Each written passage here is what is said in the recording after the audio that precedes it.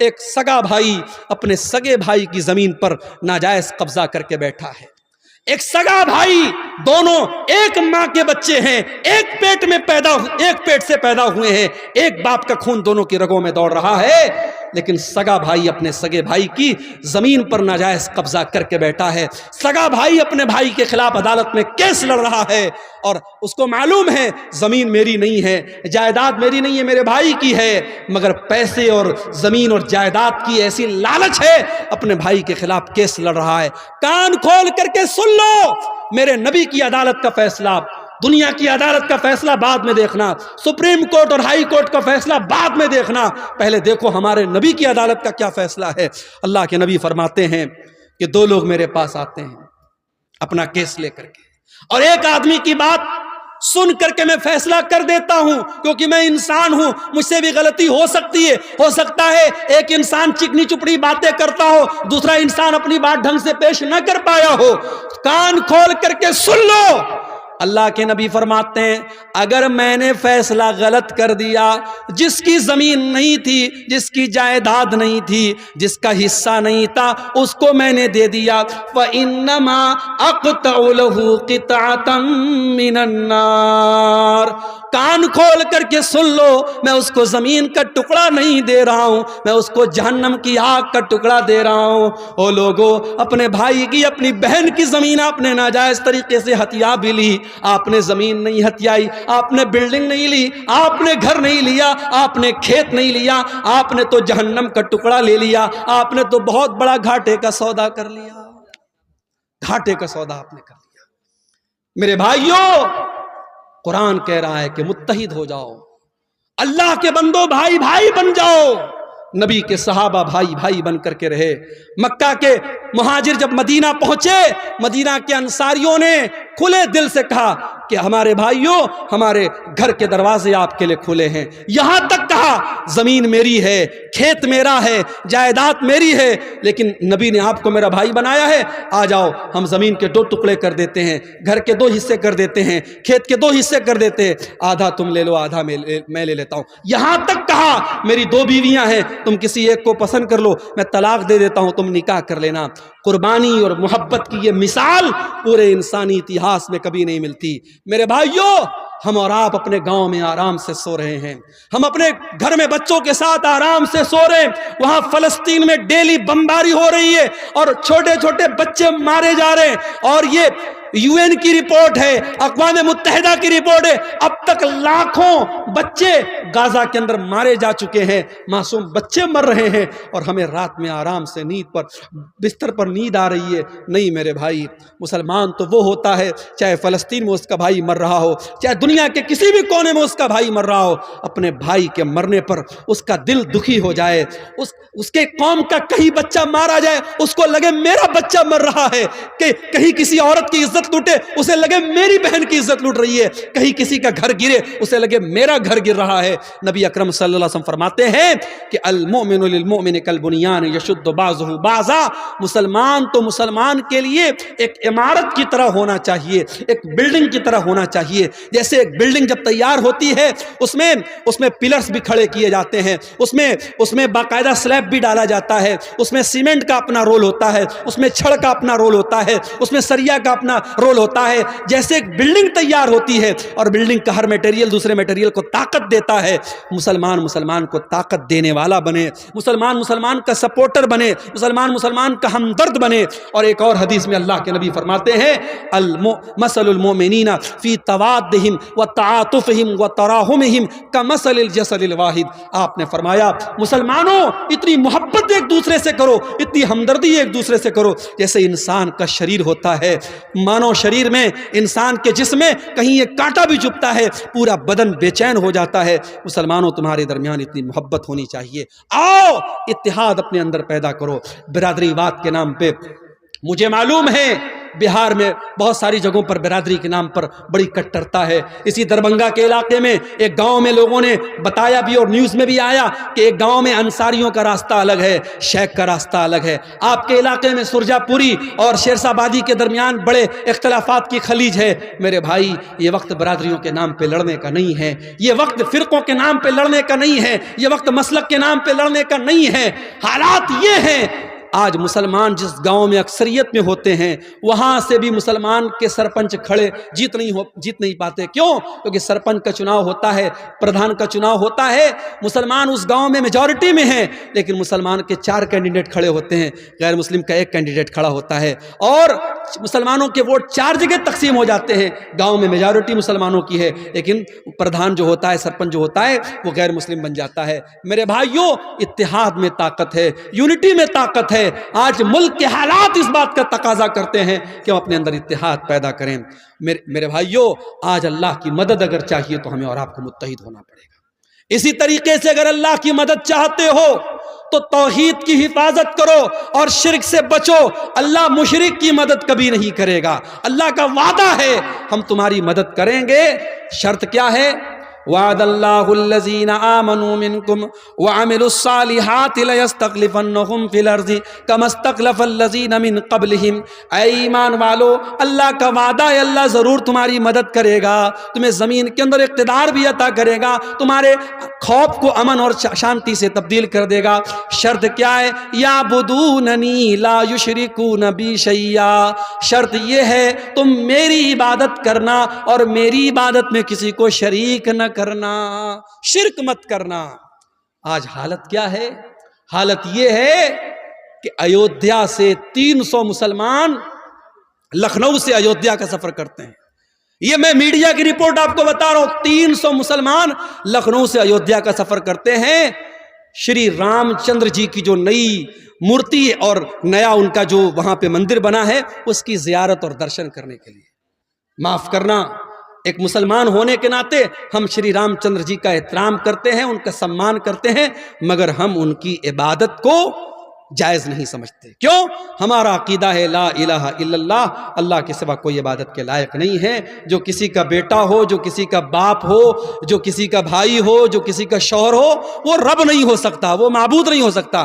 ہمارا کرائٹیریا بڑا کلیئر ہے, قل هو اللہ احد اللہ الصمد لم یلد ولم یولد ولم یکن لہ کفوا احد. اللہ ایک ہے, اللہ بے نیاز ہے, اللہ کا کوئی بیٹا نہیں, اللہ کسی کا بیٹا نہیں, اور اللہ کو کسی کے مدد کی ضرورت نہیں ہے, اس کے برابر کوئی نہیں ہے. میرے بھائیوں, ہم شری رام چندر جی کی اور جو بھی اس بھارت دیش میں ہمارے مہاپروش آئے اور نیک لوگ آئے, ہم ان کا سمان کرتے ہیں, ان کی عزت کرتے ہیں, ان کا احترام کرتے ہیں, مگر ہم ان کی عبادت کو جائز نہیں مانتے. آج مسلمان کے عقیدے کا یہ حال ہے. 300 مسلمان جاتے ہیں اور ان کی زیارت کے لیے اور ان کے آگے سر جھکانے کے لیے جاتے ہیں, اور صاحب میڈیا میں ان کا بڑا مہیما منڈن ہوتا ہے کہ صاحب یہ ہیں دیش کے سچے مسلمان, یہ دیش بھکت مسلمان ہیں. معاف کرنا, دیش کا سنویدھان ہم سے یہ نہیں کہتا ہے کہ مسلمان تب اچھا ہندوستانی بنے گا جب وہ دوسرے مذہب کی تعریف کرے گا, بلکہ ہمارے دیش کی تو یہی خاصیت ہے, یا ہندو ہندو رہ کر, مسلمان مسلمان رہ کر, سکھ سکھ رہ کر, عیسائی عیسائی رہ کر, یہودی یہودی رہ کر, بودھ بودھ رہ کر, ہر مذہب والا اپنے مذہب پر رہ کر ہندوستانی ہے. اور ہندوستان کا سنویدھان اور آئین اسے اپنے مذہب پر عمل کرنے کی آزادی دیتا ہے. میرے بھائیوں, ہماری ہندوستانیت پر شک کرنے کا کسی کو کوئی ادھیکار نہیں ہے. اس ملک کی آزادی میں ہمارے علماء کا خون شامل ہے, ہمارے علماء کا خون شامل ہے. اور آپ کے اسی بہار کی سرزمین پر علماء صادق پور, پٹنہ کا ایک علاقہ اور ایک محلہ تھا صادق پور, انگریزوں نے بلڈوزر چلوا دیے, پورے محلوں کو ختم کروا دیا. اور جواہر لال نہرو نے کبھی کہا تھا کہ ملک میں کی آزادی میں تمام لوگوں کی قربانی ایک طرف ہے اور علماء صادق پور کی قربانی ایک طرف ہے. میرے پیارے ساتھیوں, ہمارے علماء کے خون بہے ہیں, ہمارے علماء نے پھانسی کے پھندے پر جھولے ہیں اور کالا پانی کی سزائیں انہوں نے جھیلی ہیں, تب جا کر یہ ملک آزاد ہوا ہے. اس ملک کو ہم نہ کبھی چھوڑے ہیں اور نہ چھوڑیں گے انشاءاللہ. یہ بات یاد رکھو میرے بھائیوں, اس ملک کا کوئی فیصلہ ہماری آواز کے بغیر ادھورا ہے, مگر ہمیں اپنے حالات پر بھی غور کرنا پڑے گا. ہمیں اپنے حالات پر بھی غور کرنا پڑے گا کہ آج ہمارا عقیدہ جو ہمارے دین کی سب سے مضبوط بنیاد ہے, آج عقیدے کا کیا حال ہے. آج ہم نیوز میں جب دیکھتے ہیں فلاں جگہ مسلمان لڑکی اسلام چھوڑ کر کے فلاں مذہب میں داخل ہو گئی تو ہمارے سر تو شرم سے جھک جاتے ہیں. ہمیں شرم آتی ہے کہ پیار اور محبت میں اتنی طاقت ہے کیا؟ فیس بک اور انسٹاگرام پر کسی نے آئی لو یو بول دیا، محبت کا اقرار کر دیا تو ہماری مسلمان بہن اس کے پیار میں اتنی بچ گئی کہ اسلام کو اس نے چھوڑ دیا. کیا ہماری تربیت میں اتنی کمی تھی میرے بھائی؟ نہیں میرے بھائی، کہیں نہ کہیں تو پانی مر رہا ہے، کہیں نہ کہیں تو کمی ہو رہی ہے. ورنہ ہمارے اتہاس، ہماری تاریخ میں تو ان عورتوں کا تذکرہ ہم نے پڑھا ہے. سمیہ بنت خیاط نام کی اس عورت کو دیکھو، اس کے شوہر کے سامنے اور اس کے جوان بیٹے کے سامنے جب ابو جہل نے کہا تھا کہ اے سمیہ تو محمد کا دین چھوڑ دے، تو اسلام چھوڑ دے ورنہ ہم تجھے ختم کر دیں گے. سمیہ نے کہا میں اسلام کو نہیں چھوڑ سکتی. ابو جہل نے کہا اے سمیہ ہم تیرے بدن کے کپڑے اتار کر کے تجھے ننگا کر ڈالیں گے. اے سمیہ ہم تجھے بے آبرو کر ڈالیں گے، برہنہ کر ڈالیں گے، ہم تجھے ننگا کر ڈالیں گے. سمیہ نے اپنے جوان بیٹے کے سامنے ننگا ہو جانے کی اذیت کو گوارا کر لیا مگر اسلام کو نہیں چھوڑا. نتیجہ یہ نکلا بڑی بے رحمی سے اور بڑے حیوانی طریقے سے ابو جہل نے حضرت سمیہ کو شہید کر ڈالا. اسلام کی راہ میں پہلی شہادت پانے والی خاتون حضرت سمیہ ہے. میری پیاری ماں بہنوں، آپ کی تاریخ تو ایسی عورتوں سے بھری پڑی ہے مگر آج حالات یہ ہیں مسلمان لڑکی اسکول میں جا رہی ہے، کالج میں جا رہی ہے، اسکول میں پڑھا رہی ہے، آنگن باڑی میں کام کر رہی ہے، غیر مسلموں کے ساتھ ٹچ میں ہے اور وہاں کسی غیر مسلم نے پیار کا اظہار کیا، پیار کا اقرار کیا اور یہ اس کے جال میں پھنس گئی اور جال میں ہی نہیں پھنسی بلکہ اپنے اسلام کو، اپنے دین کو چھوڑنے کے لیے تیار ہو گئی. میرے بھائیوں یہ حالات بڑے افسوسناک ہیں اور اگر ہم نے اپنے بچوں اور بچیوں کی صحیح تربیت نہیں کی، ان کو اسلام کے بارے میں نہیں بتایا، یاد رکھو آنے والے 20 سالوں میں ارتداد کی بڑی لہر آنے والی ہے، بڑا سیلاب آنے والا ہے کیونکہ بڑی گہری چالیں چلی جا چکی ہیں، بڑی مضبوط پلاننگ بنائی جا چکی ہیں. حالانکہ ہمارا ایمان اپنے رب پر ہے. واللہ خیر الماکرین، پلاننگ کرنے والے اپنی پلاننگ کرتے رہیں گے اور اللہ کی اپنی پلاننگ چلتی رہے گی. اور اکبر الہ آبادی نے کہا تھا اسلام کی فطرت میں قدرت نے لچک دی ہے، اتنا ہی یہ ابھرے گا جتنا کہ دباؤ گے. نور خدا ہے کفر کی حرکت پہ خندزن، پھوکوں سے یہ چراغ بجھایا نہ جائے گا. کوئی مرتد ہوتا ہے، کوئی اسلام کو چھوڑ دیتا ہے، اللہ کی قسم اللہ کا کوئی نقصان نہیں کر سکتا، اسلام کا کوئی نقصان نہیں کر سکتا، نقصان تو اس کا اپنے آپ کا ہوتا ہے. اللہ قرآن میں کہتا ہے وَمَن يَرْتَدِدْ مِنْكُمْ فَيَمُتْ وَهُوَ كَافِرٌ فَأُولَٰئِكَ أَصْحَابُ النَّارِ. جو مرتد ہو کر کے مر جائے، جو اس حالت میں مر جائے کہ وہ ایمان کی حالت میں نہ مرے، کفر کی حالت میں مر جائے تو وہ دنیا اور آخرت میں فَأُولَٰئِكَ حَبِطَتْ أَعْمَالُهُمْ فِي الدُّنْيَا والآخرہ، دنیا میں بھی اس کے اعمال برباد اور آخرت میں بھی اس کے اعمال برباد ہو جائیں گے. وَأُولَٰئِكَ أَصْحَابُ النَّارِ، اور وہ جہنم میں جانے والے ہیں. اپنے بچوں کے عقیدے کی فکر کرو میرے بھائیوں. آج روزی روٹی کی فکر کرتے ہو، آج ہمیں فکر ہے آنے والے وقت میں کیا ہوگا. ارے کیا ہوگا؟ زیادہ سے زیادہ یہ ہوگا مار دیے جائیں گے، ختم ہو جائیں گے. ہمیں یہ قبول ہے مگر اپنے ایمان اور دین کو چھوڑنا یہ قبول نہیں ہے میرے بھائی. ہم مر جانا قبول کر لے، ہم ختم ہو جانا قبول کر لے مگر ایمان اور توحید سے سمجھوتا کرنا قبول نہ کریں. یاد کرو اپنے باپ ابراہیم علیہ السلام کو. ابراہیم علیہ السلام جب اپنے لخت جگر اسماعیل کو اور اپنی بیوی ہاجرہ کو جب مکہ کی بیاب ہو گیا، سرزمین پہ چھوڑ کے جانے لگے تو کیا دعا کی تھی انہوں نے؟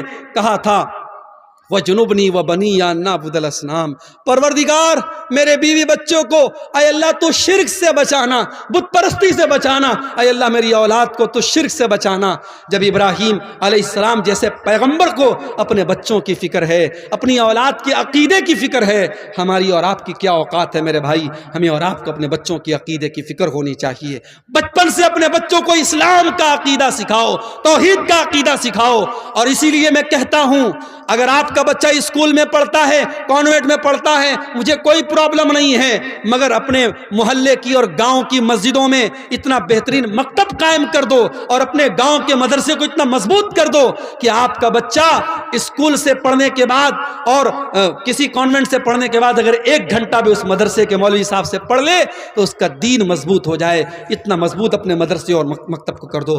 میرے بھائیوں آج توحید اور ایمان کی کمزوری کا دور ہے اور اسی دور کی طرف اشارہ کرتے ہوئے اللہ کے نبی نے فرمایا تھا بادروا بالاعمال فتنن، اے لوگوں نیکی کرنے میں جلدی کرو اس سے پہلے کہ فتنوں کا دور آ جائے، اور اتنے فتنے آ جائیں گے یصبح الرجل مومنا ویمسی کافرا، صبح کو ایک انسان مومن ہوگا اور شام کو کافر ہو جائے گا، اور شام کو مومن ہوگا اور صبح کو کافر ہو جائے گا۔ ایمان کی ویلیڈیٹی 12 گھنٹے کی بھی نہیں ہوگی، ایمان اتنا کمزور ہو جائے گا۔ اللہ کے نبی نے فرمایا یبیع دینہ بعرض من الدنیا، ایمان کا سودا کیا جائے گا اور چند ٹکوں کے عوض ایمان بک جائے گا۔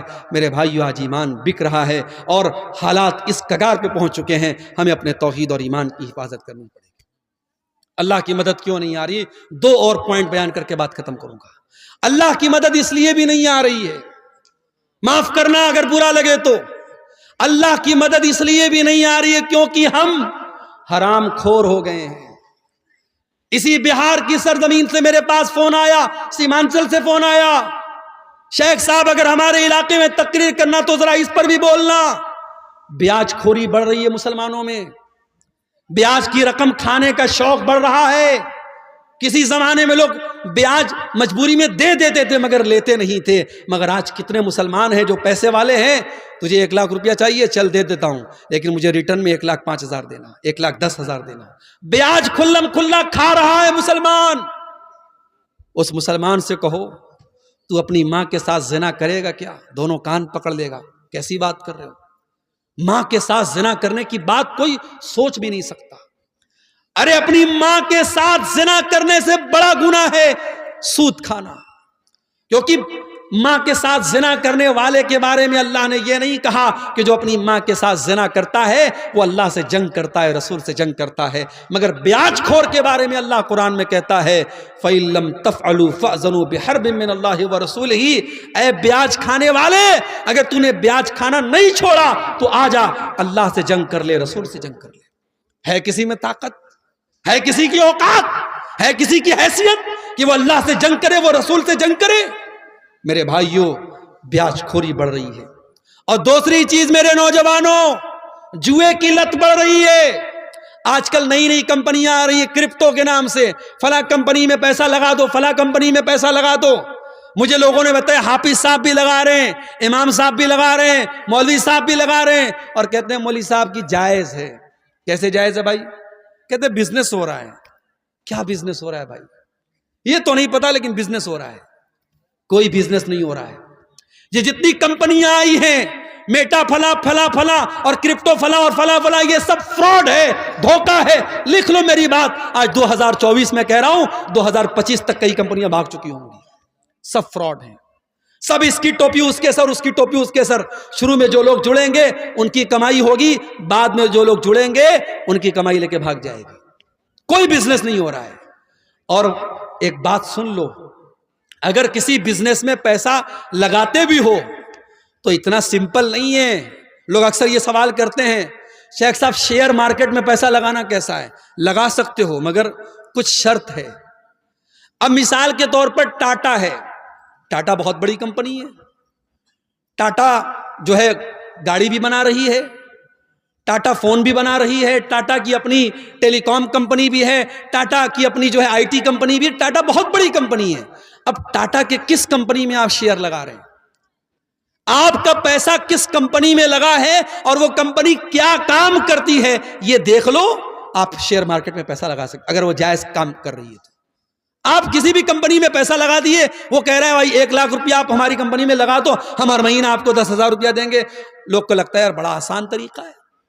ابھی کچھ دنوں پہلے حیدرآباد اور ممبئی میں ایک بہت بڑی کمپنی، میں نام نہیں لوں گا، آپ لوگ سنے ہوں گے جانتے ہوں گے، اس میں مسلمان نام دیکھ کر اور علماء کا نام دیکھ کر لوگوں نے پیسہ لگایا، کروڑوں لوگوں کا پیسہ ڈوب گیا۔ کتنے بمبئی کے ہمارے جاننے والے علماء کا پیسہ ڈوب گیا، کتنے لوگوں نے اپنے فلیٹ بیچ دیے، گھر بار بیچ دیا کہ جب بیٹھے بٹھائے 50,000 روپیہ مل رہا ہے تو گھر مکان کو رکھنے کی کیا ضرورت، سب بیچ دیا اور کروڑوں روپیہ ان کا ڈوب گیا۔ میرے پیارے ساتھیوں، اس طریقے کے دھوکے بازوں سے ہوشیار رہو۔ آپ اپنے پیسے کو حلال جگہ لگاؤ، جائز جگہ لگاؤ، اللہ کا نام لے کے لگاؤ۔ بزنس ہے، کبھی پروفٹ ہوگا کبھی لاس ہوگا، لیکن اگر آپ کی نیت صحیح ہوگی اللہ ضرور برکت دے گا۔ اور صحابہ میں ہمیں کروڑ پتی صحابہ بھی ملتے ہیں۔ یاد رکھو پوری امانت داری کے ساتھ اور پوری بصیرت کے ساتھ کہہ رہا ہوں، پیسہ کماؤ. ہمیں علماء کی بھی ضرورت ہے، ہمیں پیسے والوں کی بھی ضرورت ہے. یہ پیسے والے نہ ہو مدرسے نہیں چل سکتے. ہمیں کروڑ پتیوں کی بھی ضرورت ہے. ہماری مسجدیں، ہمارے مدرسے، ہمارے دین کے کام کیسے چلیں گے؟ کروڑ پتی بنو، حلال طریقے سے بنو میرے بھائی، حرام طریقے سے پیسہ مت کماؤ. جوئے کے ذریعے، سٹے کے ذریعے راتوں رات امیر بننے کے سپنے بند کر دو. محنت کرو، مزدوری کرو، بزنس میں پیسہ لگاؤ، بزنس کے ذریعے پیسہ کماؤ. نیت صحیح ہوگی اور آپ کے مقدر میں لکھا ہوگا، یقیناً آپ آگے بڑھیں گے. میرے پیارے ساتھیو، اللہ کے نبی نے فرمایا کہ جس بدن کے اندر حرام کی کمائی جاتی ہے فالنار اولا بہ، وہ بدن جہنم کی آگ میں جائے گا.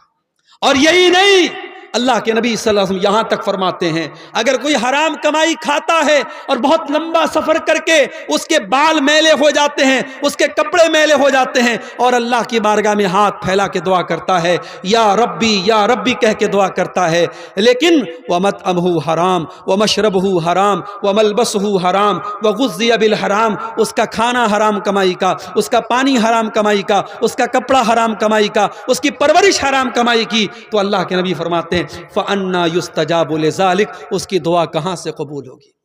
بیاج کھانے والا عمرہ کر لے، حج کر لے، کھانے کعبہ کے دروازہ پکڑ پکڑ کے رو رو کے دعا کرے، اس کی دعا کیسے قبول ہوگی جب میرے نبی کہتے ہیں حرام خور کی دعا قبول نہیں ہوتی؟ میرے بھائیو، آج اللہ کی مدد اس لیے بھی نہیں آ رہی ہے کیونکہ مسلمان پیسہ کمانے کی اندھی ریس میں لگ چکا ہے. بیاج بھی کھا رہا ہے، جوا بھی کھیل رہا ہے، سٹا بھی کھیل رہا ہے، آن لائن ایپس کے ذریعے حرام طریقے سے پیسہ بھی کما رہا ہے. میرے بھائیو، کمائی کو حلال کرو، کمائی کو حلال کرو. سلف کہا کرتے تھے اطب مطعمک تجب دعوتک، اپنی کمائی کو، اپنے کھانے کو حلال کر لو، تمہاری دعا قبول ہوگی، اللہ کی مدد آئے گی اگر ہماری کمائی حلال ہو جائے گی. اسی طریقے سے میرے بھائیو، اگر ہم چاہتے ہیں کہ اللہ کی مدد آئے، میرے نوجوان ساتھیوں، آپ کو اپنی جوانی کی حفاظت کرنی پڑے گی، اپنی جوانی کی اہمیت کو سمجھنا پڑے گا. اللہ کی قسم دل دکھتا ہے جب فجر کی نماز میں یہ چند بوڑھے ہمیں مسجد میں نظر آتے ہیں. نوجوان کہاں مر گئے؟ میری قوم کے نوجوان کہاں مر گئے؟ وہ رات کو 2-2 بجے تک، 3-3 بجے تک واٹس ایپ پر چیٹنگ کرتے رہے، لڑکیوں سے باتیں کرتے رہے، عیاشیاں کرتے رہے، فیس بک کی ریلز دیکھتے رہے، یوٹیوب کے شارٹ دیکھتے رہے، بے حیائی کے مناظر دیکھتے رہے. رات کو 3-3 بجے تک ہمارا نوجوان یہ سب دیکھ رہا ہے. اور فجر کی اذان جب ہوتی ہے اور مؤذن کہتا ہے الصلاۃ خیر من النوم، نماز نیند سے بہتر ہے، ہمارا نوجوان بستر پہ سویا رہتا ہے. میرے نوجوانوں، یہ اذان کی آواز صرف 70 سال والوں کے لیے نہیں، آپ کے لیے بھی ہے. اور میرے رب کی قسم، آپ جب فجر کی نماز میں اٹھ کے جاتے ہیں، شیطان ذلیل ہوتا ہے، شیطان پچھتانے لگتا ہے کہ میں اس نوجوان کو کیسے روک نہیں پایا، اس کو میں فجر کی نماز میں کیسے میں روک نہیں پایا. نوجوانوں، اپنے آپ کو نماز کا پابند بنا لو. اور بعض نوجوان مجھ سے پوچھتے ہیں، میرے پاس واٹس ایپ پر میسج بھی آتا ہے، شیخ صاحب گندی عادت میں پڑ گیا ہوں، گندے ویڈیوز دیکھنے کی عادت ہو گئی، لڑکیوں سے چیٹنگ کرنے کی عادت ہو گئی، حرام کام کی عادت پڑ گئی. شیخ صاحب کوئی علاج بتا دیجئے، کوئی طریقہ بتا دیجئے. آؤ طریقہ بتاتا ہوں قرآن کی روشنی میں. گندی عادتوں سے بچنا ہے، بری عادتوں سے بچنا ہے، عیاشی سے بچنا ہے، موبائل کے غلط استعمال سے بچنا ہے. ایک نسخہ بتاتا ہوں، نوٹ کر لو میرے بھائی. قرآن میں اللہ فرماتا ہے فَخَلَفَ مِن بَعْدِهِمْ خَلْفٌ أَضَاعُوا الصَّلَاةَ وَاتَّبَعُوا الشَّهَوَاتِ فَسَوْفَ يَلْقَوْنَ غَيًّا. اللہ قرآن کے 16ویں پارے میں فرما رہا ہے کہ جو لوگ نماز نہیں پڑھتے ہیں، جو لوگ نماز کی پابندی نہیں کرتے ہیں، وہی لوگ خواہشات کی پیروی کرتے ہیں، وہی لوگ شہوتوں کی پیروی کرتے ہیں، اور وہی لوگ جہنم میں جائیں گے. اس کا الٹا یہ مطلب نکلا کہ جو نماز کی پابندی کرے گا، جو 5 ٹائم کی نماز ہر حال میں پڑھے گا، وہ خواہشات کی پابندی سے بچے گا، وہ غلط شہوتوں سے بچے گا، وہ عورت کے فتنے سے بچے گا. وہ جس کو یہ رات میں فکر ہوگی مجھے صبح فجر کی نماز جماعت کے ساتھ پڑھنی ہے، وہ رات میں کوئی گندا کام کرنے کے پہلے 1000 بار سوچے گا. وہ موبائل پر کوئی گندی چیز دیکھنے کے پہلے 1000 بار سوچے گا کہ یار میں نمازی آدمی ہوں، یہ چیز مجھے سوٹ نہیں کرتی ہے، وہ بند کر دے گا، وہ نہیں دیکھے گا. اگر بچنا چاہتے ہو نماز کی پابندی کرو. اور یہی بات اللہ قرآن کے 21ویں پارے میں کہتا ہے اتل ما اوحی الیک من الکتاب واقم الصلاۃ ان الصلاۃ تنہی عن الفحشاء والمنکر. اے نبی قرآن کی تلاوت کرو اور نماز کی پابندی کرو. نماز بے حیائی اور برائی سے روکتی ہے. یہ دو کام کر لو, قرآن کی تلاوت پابندی سے کرو اور نماز پابندی سے پڑھو, پھر دیکھو بے حیائی سے بچتے ہو کہ نہیں بچتے ہو, برائی سے بچتے ہو کہ نہیں بچتے ہو. میرے بھائیوں, نماز کی پابندی کرو. اور نماز کوئی معمولی چیز نہیں ہے, ٹینشن کو دور کرنے والی چیز نماز ہے. میں مانتا ہوں اس وقت حالات بڑے بے چین کر دینے والے ہیں. میڈیا میں آنے والی خبریں, یو پی کی خبروں سے بہار والے پریشان, بہار کی خبروں سے یو پی والے پریشان, تمل ناڈو کی خبروں سے نارتھ انڈیا کا مسلمان پریشان. یہ میڈیا آج ہم کو پریشان کر رہا ہے, ڈسٹرب کر رہا ہے. آج اس ماحول میں نماز ہماری بہت بڑی ضرورت بھی ہے. میرے بھائی, نماز پڑھو اور قنوت نازلہ کا اہتمام کرو. میرے نبی دشمنوں پر بددعا کرنے کے لیے قنوت نازلہ پڑھتے تھے. آج قنوت نازلہ پڑھو اور نماز کی پابندی کرو. اللہ قرآن میں کہتا ہے وَاسْتَعِينُوا بِالصَّبْرِ وَالصَّلَاةِ, صبر اور نماز کے ذریعے اللہ کی مدد طلب کرو. میرے بھائی, میرے نبی جب ٹینشن میں ہوتے تھے, پریشانی میں ہوتے تھے, حضرت حذیفہ رضی اللہ تعالیٰ عنہ کہتے ہیں اللہ کے نبی نماز کے لیے کھڑے ہو جاتے تھے. آج ہمیں نماز کی اہمیت پر بھی توجہ دینے کی ضرورت ہے میرے بھائی. اور آخری چیز, ہماری مائیں بہنیں اس امت کی بڑی قیمتی متاع ہیں. اس امت کی مائیں بہنیں, اس امت کی عورتیں اس امت کی بہت قیمتی دولت ہیں. کیوں؟ کیونکہ یہ کسی کی ماں بنتی ہیں, کسی کی بیوی بنتی ہیں, کسی کی بیٹی ہوتی ہیں, کسی کی بہن ہوتی ہیں. ایک عورت کے کئی روپ ہوتے ہیں اور اسلام نے عورت کے ہر روپ کی بڑی عزت کی ہے. اسلام میں عورت کو پوجا تو نہیں گیا, عورت کی عبادت تو نہیں کی گئی. اسلام میں عبادت صرف اللہ کی ہے, مگر عورت اگر ماں ہے تو اسلام نے کہا اس کی عزت کرو, اس کے قدموں کے نیچے تمہاری جنت ہے. عورت اگر بیوی ہے, قرآن کہتا ہے وَمِنْ آيَاتِهِ أَنْ خَلَقَ لَكُم مِّنْ أَنفُسِكُمْ أَزْوَاجًا لِتَسْكُنُوا إِلَيْهَا. بیوی تمہیں سکون پہنچاتی ہے, تمہارے گھر کو شانتی دیتی ہے, تمہارے بچوں کو پالتی ہے, تمہارے دل کو سکون پہنچاتی ہے. یہی بیوی بیٹی, یہی عورت بیٹی ہے تو اللہ کے نبی فرماتے ہیں من ابتلی من هذه البنات شيئا كن له سترا من النار. جس کو اللہ بیٹی دے کر کے آزماتا ہے اور اس امتحان میں وہ کھرا اترتا ہے, بیٹی اپنے ماں باپ کو جہنم کی آگ سے بچاتی ہے.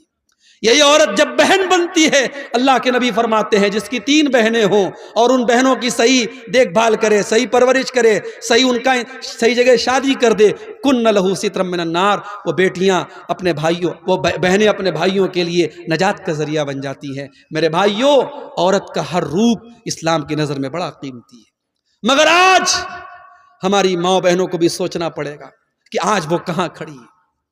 آج جب ہم اللہ کی قسم انسٹاگرام پر اور فیس بک پر اور واٹس ایپ پر جب کسی مسلمان عورت کو بے حیائی میں کے کام میں دیکھتے ہیں تو ہمیں ڈبل تکلیف ہوتی ہے.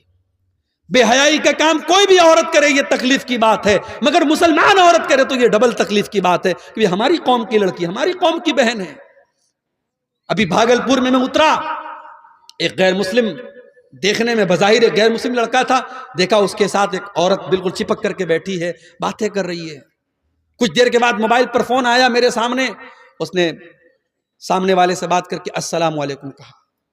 کپڑے سے نہیں لگا مسلمان ہے, اس کے چہرے پر جو اسکارف بنا ہوا تھا اس سے نہیں لگا مسلمان ہے, لیکن جب فون پر اس نے السلام علیکم کہا مجھے پتا لگ گیا مسلمان ہے. مجھے بڑی تکلیف ہوئی کہ یہ مسلمان لڑکی کسی غیر مسلم لڑکے کے ساتھ اس طریقے سے آٹو پہ ٹوٹو پہ بیٹھ کے کیا کر رہی ہے.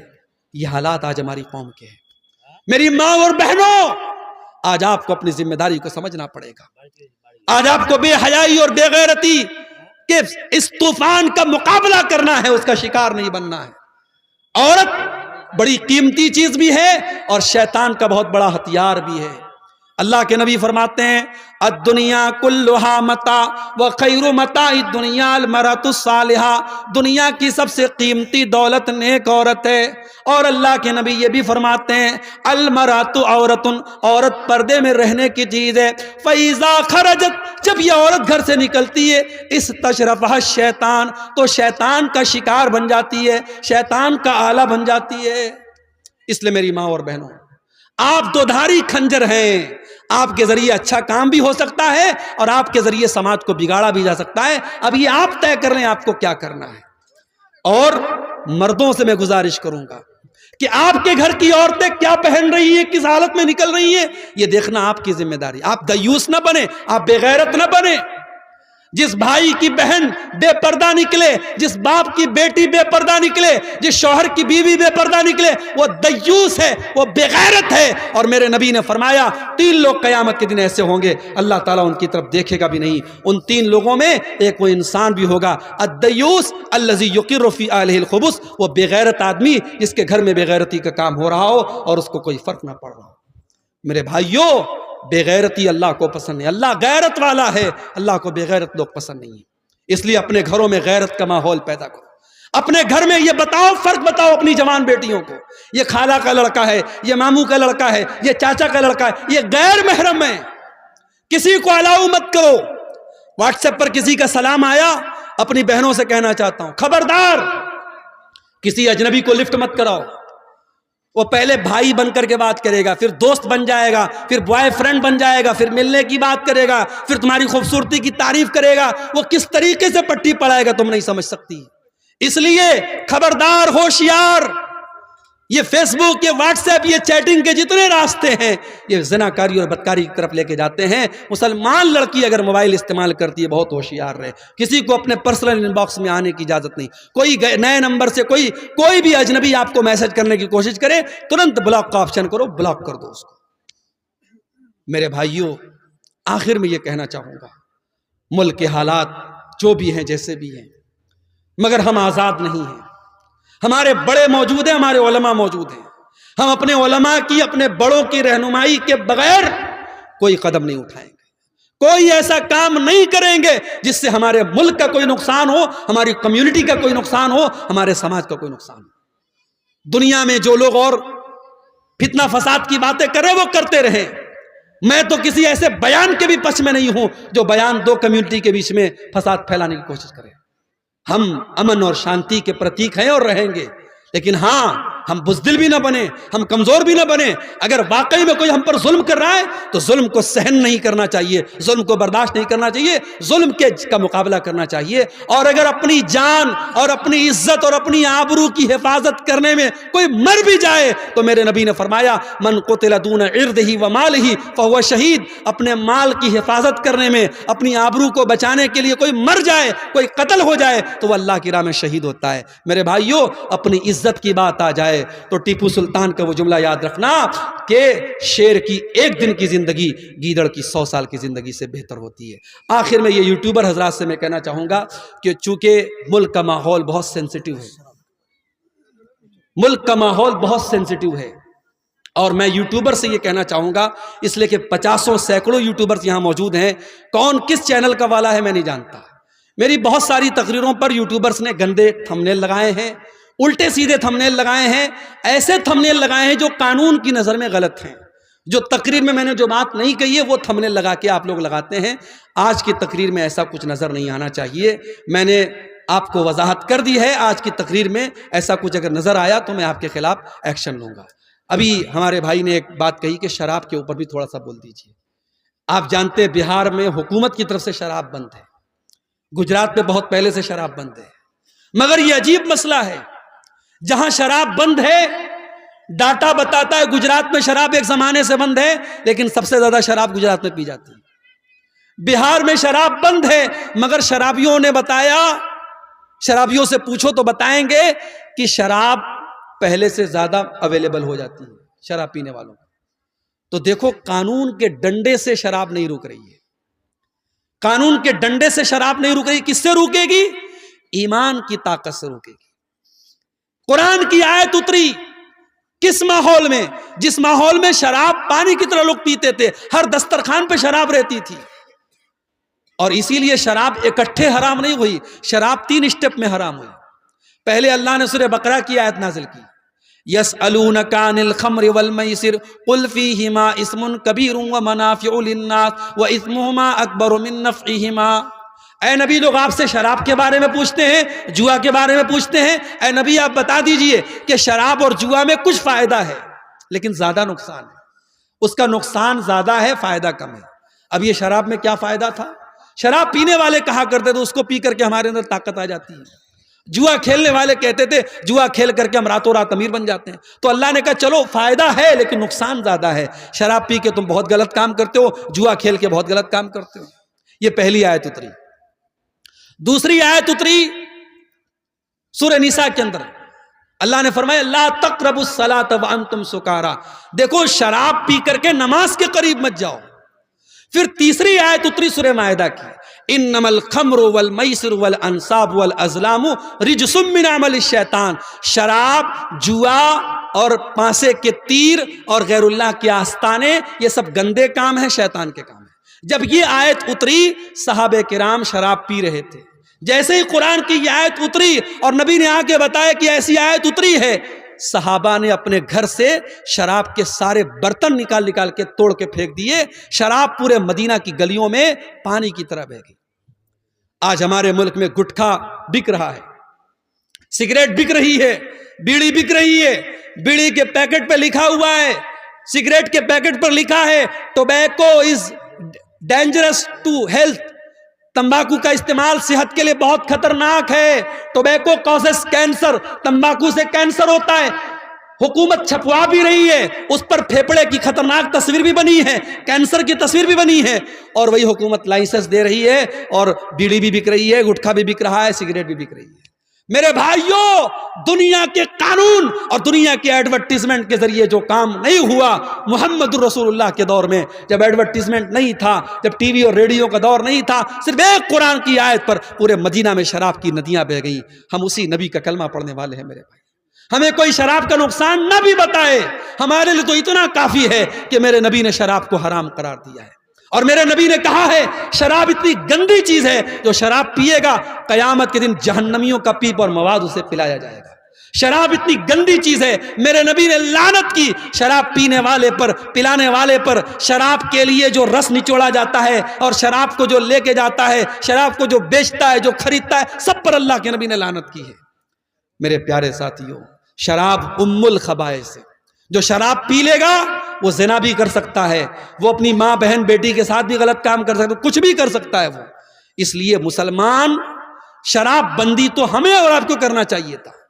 مجھے یاد ہے ہریانہ کے گاؤں میں مسلمانوں نے یہ فیصلہ کیا تھا کہ ہمارے یہاں شادی میں 1 پیسہ جہیز کا نہیں لیا جائے گا, اور لڑکی کی شادی سمپل طریقے سے ہوگی, کوئی بارات نہیں آئے گی, اور کوئی بارات لے کے جائے گا, کوئی جہیز لے گا تو پورا گاؤں اس کا بہشکار کرے گا. آج یہ مثال ہریانہ میں موجود ہے, میڈیا میں اس کو بہت بیان کیا گیا. میں چاہتا ہوں آپ کے گاؤں میں, آپ کے علاقے میں بھی اس طریقے کی تحریک چلے کہ ہمارے گاؤں کا جو شراب پیے گا ہم گاؤں سے اس کا بائیکاٹ کر دیں گے. آپ ایسی کوشش کریں, انشاءاللہ جب آپ شراب بندی کریں گے تو پوری ملک کے لیے مثال بنے گی. میرے بھائی, جو کام قانون کے ڈنڈے سے سمبھو نہیں ہے وہ مذہب کے ذریعے اور ایمان کے ذریعے سمبھو ہے. یہ چند سوالات آئے ہیں, ان کو بیان کر کے بات ختم کرتے ہیں. میرے والد محترم میرا عقیقہ نہیں دیے ہیں تو خود اپنا عقیقہ دے سکتے ہیں یا نہیں؟ اگر والد محترم کو طاقت نہیں تھی اور انہوں نے نہیں کیا تو کوئی حرج کی بات نہیں ہے, اور طاقت کے باوجود انہوں نے نہیں کیا تو غلط کیا. آپ اگر کر سکتے ہیں تو کر لیجئے, انشاءاللہ بہتر ہے. اگر نہیں کیا ہے تو آپ کر سکتے ہیں, کوئی حرج کی بات نہیں. جامع مسجد جس جگہ پر قائم ہے وہ جگہ چھوٹی پڑ گئی, اس لیے دوسری جگہ بنا سکتے ہیں یا نہیں؟ بنا سکتے ہیں بالکل. جو جامع مسجد ہے اس کو بھی آپ مسجد رہنے دیں, دوسری جگہ بنا لیں. اس کو وقتیہ مسجد بنا لیں, دوسری جگہ جامع مسجد بنا لیں, چل سکتا ہے, کوئی مسئلہ نہیں انشاءاللہ.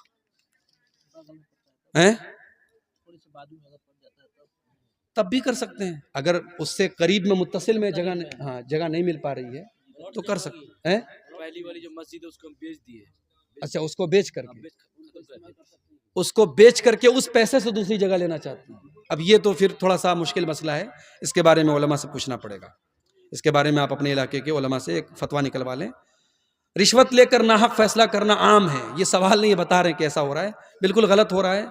اور مجھے کئی جگہوں کے بارے میں پتہ لگا کہ جو سردار لوگ ہوتے ہیں, جو پنچ لوگ ہوتے ہیں, پیسہ لے کر کے کسی ایک پچ کا وہ پشپات کرتے ہیں. تو یہ دیکھیے, کسی کے بارے میں غلط فیصلہ کرنا یہ تو آلریڈی بہت بڑا گناہ ہے, لیکن جس کو پنچ بنایا گیا ہے اس کو تو ایک طریقے سے قاضی بنایا گیا, جج بنایا گیا, اور جج جب غلط فیصلہ کرے گا تو یہ بہت بڑا گناہ کا کام ہے.